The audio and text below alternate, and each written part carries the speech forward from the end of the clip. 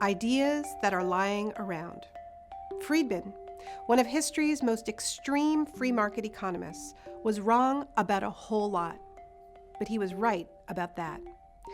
In times of crisis, seemingly impossible ideas suddenly become possible.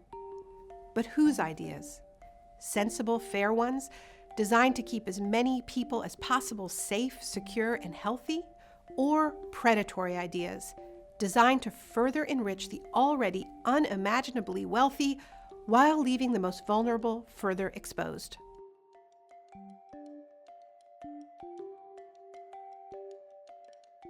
The world economy is seizing up in the face of cascading shocks. COVID-19 can be characterized as a pandemic. In the wake of the coronavirus crisis, stocks have stopped trading on Wall Street after a 7% drop. This is a historical day, the biggest drop we've seen since that crash in 1987. The drop was spurred by a growing oil price war as the market was already weakened by coronavirus fears. Yeah, no, I don't take responsibility at all. In the midst of this widespread panic, corporate lobbyists of all stripes are, of course, dusting off all the ideas they had lying around. Trump is pushing a suspension of the payroll tax, which could bankrupt Social Security, providing the excuse to cut it or privatize it completely, an idea that has been lying around for a very long time. A worker at his or her option ought to be allowed to put some of their own money in a private savings account. Lying around on both sides of the aisle. When I argued that we should freeze federal spending,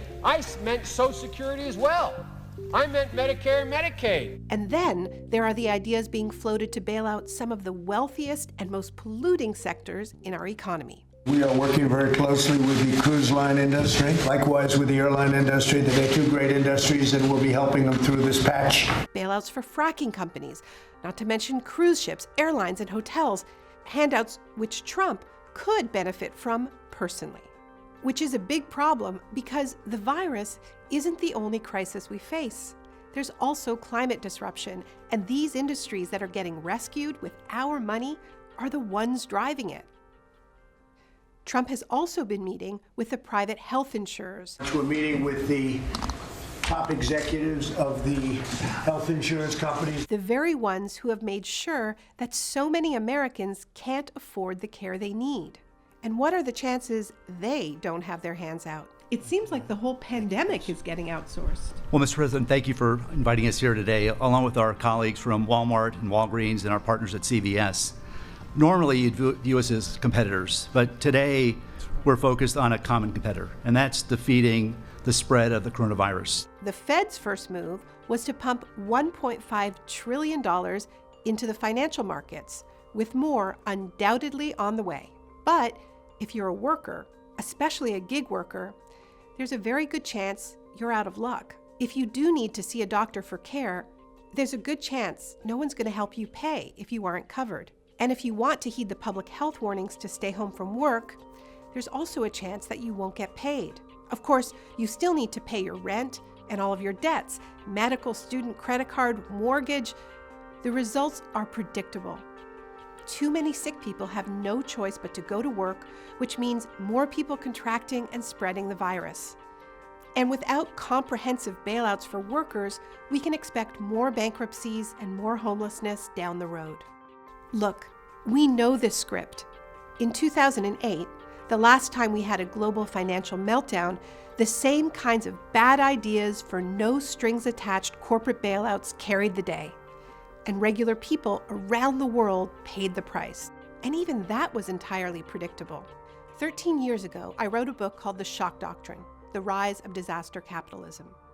It described a brutal and recurring tactic by right-wing governments. After a shocking event, a war, coup, terrorist attack, market crash, or natural disaster, they exploit the public's disorientation, suspend democracy, push through radical free market policies that enrich the 1% at the expense of the poor and middle class. But here is what my research has taught me. Shocks and crises don't always go the shock doctrine path. In fact, it's possible for crisis to catalyze a kind of evolutionary leap. Think of the 1930s, when the Great Depression led to the New Deal. The only thing we have to fear is fear itself. In the United States and elsewhere, governments began to weave a social safety net so that the next time there was a crash, there would be programs like Social Security to catch people. The right of every family to a decent home, the right to adequate medical care, and the opportunity to achieve and enjoy good health. Look, we know what Trump's plan is: a pandemic shock doctrine featuring all the most dangerous ideas lying around, from privatizing Social Security to locking down borders to caging even more migrants. Hell, he might even try canceling elections. But the end of this story hasn't been written yet. It is an election year, and social movements and insurgent politicians are already mobilized. And like in the 1930s, we have a whole bunch of other ideas lying around. Do we believe that everybody should be entitled as a right to health care? Yeah. We will not stop organizing and fighting until all unhoused folks who want shelter have shelter. Canceling student debt. It makes so much sense that if you're sick, that you should not be penalized where you don't have an income. Many of these ideas were dismissed as too radical just a week ago. Now they're starting to seem like the only reasonable path to get out of this crisis and prevent future ones. Now, here's something that helps explain the difference between the testing situation in South Korea and the U.S. The South Korea, like European countries and Canada, has universal single-payer insurance, and that means that it's easier to mobilize, and also people know what to do. There is pretty much one answer for how to get testing. The U.S. is a patchwork of countless different systems, and so you can't say, here's exactly the steps that every American should take in order to get tested. And with Washington suddenly in the giant stimulus business, this is precisely the time for the stimulus that many of us have been talking about for years. Today is the day that we truly embark on a comprehensive agenda of economic, social, and racial justice in the United States of America. It's called the Green New Deal. Instead of rescuing the dirty industries of the last century, we should be boosting the clean ones that will lead us into safety in the coming century. If there is one thing history teaches us, it's that moments of shock are profoundly volatile. We either lose a whole lot of ground, get fleeced by elites, and pay the price for decades, or we win progressive victories that seemed impossible just a few weeks earlier. This is no time to lose our nerve.